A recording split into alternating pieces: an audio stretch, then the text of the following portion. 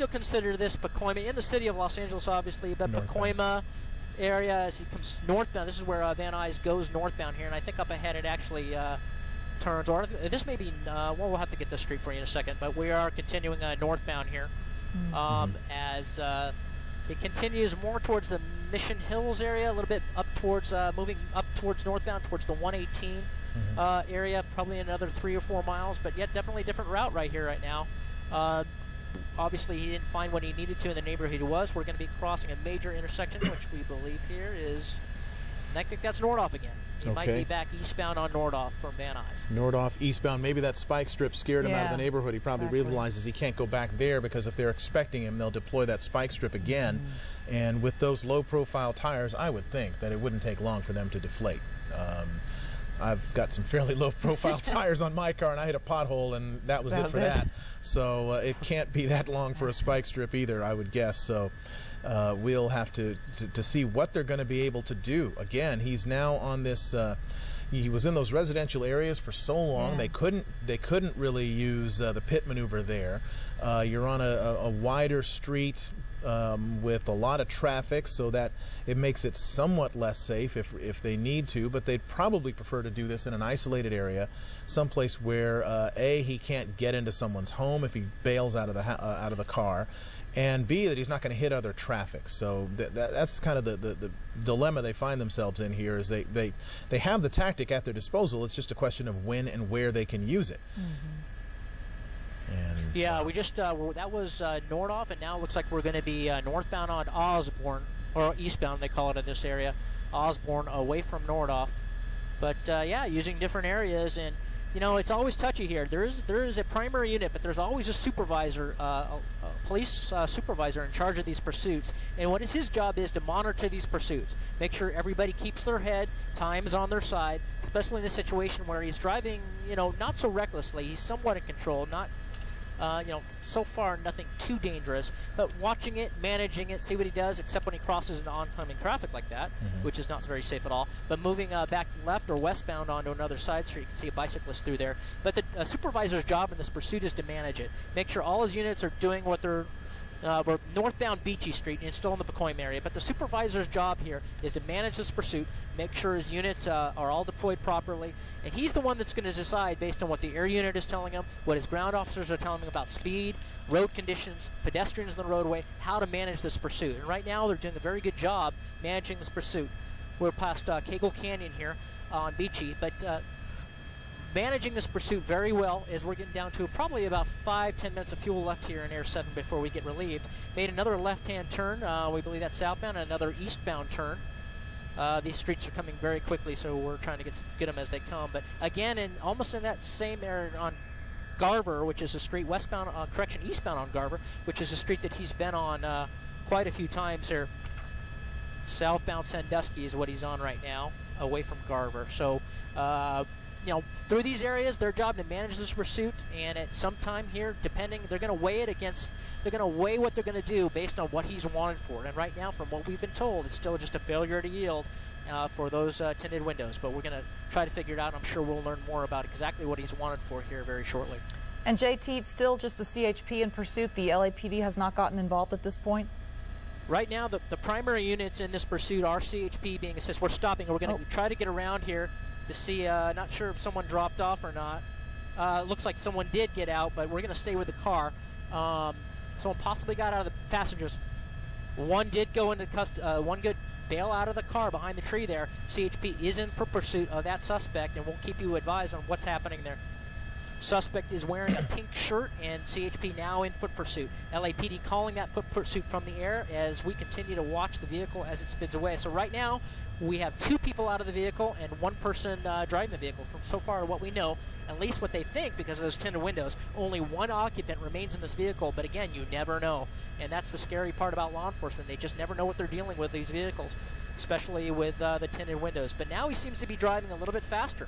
Now that he got rid of that passenger, speed up a little bit. Maybe a little bit more anxious here. I don't want to speculate, but we see different patterns like this. We go southbound Garver in that same area.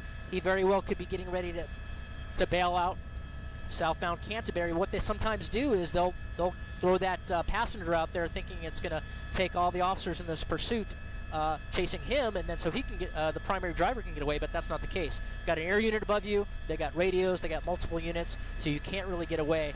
Again, coming into oncoming traffic there, hitting the brakes, trying to get around that white car, almost went head-on with those other two cars.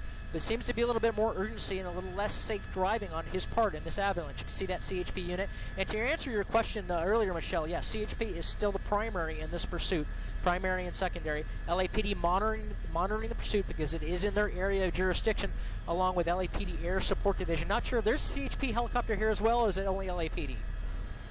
Just for something very simple, a citation for tinted windows, and then took off. This pursuit has now been going on for over an hour. That started over at the 210 and Fruit Street, and now has made its way to where the car is registered in Arleta, and then also into Pacoima as well.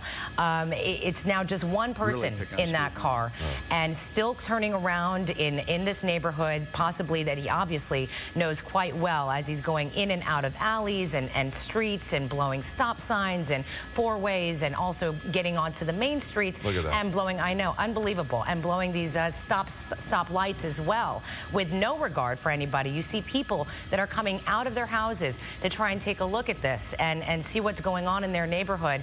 It's simply just not safe to do so at this point. If you are watching this on TV, if you do hear those police cruisers, those CHP cruisers going by, just stay inside your home, keep your kids inside. You just don't know what is in the mind of someone that is in this situation right now, and why they are running. At one point, we understand there were things that were being thrown out the window, possible evidence that they could also collect along the way and use it later on. But here he is again, going through another small street in this residential neighborhood, and it's just, it looks like an alley, actually. And he's come to a stop. Yeah, he's bailing out. This is just north of Brantford and east of Arleta, into the neighborhoods here, running through the backyards, and we're going to try to get Sky 5 in position. But he knows the area, so he's bailing out, and he's going to use as much cover as he can. And Ken Ward's going to watch this area, but yeah, he's tilt using down a little cover bit, Tim. for trees. Tilt down. He jumped over the second wall there. Okay. Yeah.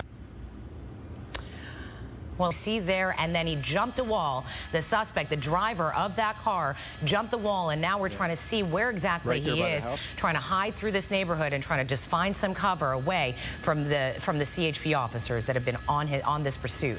Tim, it looked like he jumped the first wall that's right there on the front bumper of his truck, and then ran through the yard and scaled the second wall, and at that point we lost him. But obviously CHP is right on it at this point, and you believe you might see him beneath that awning in that backyard?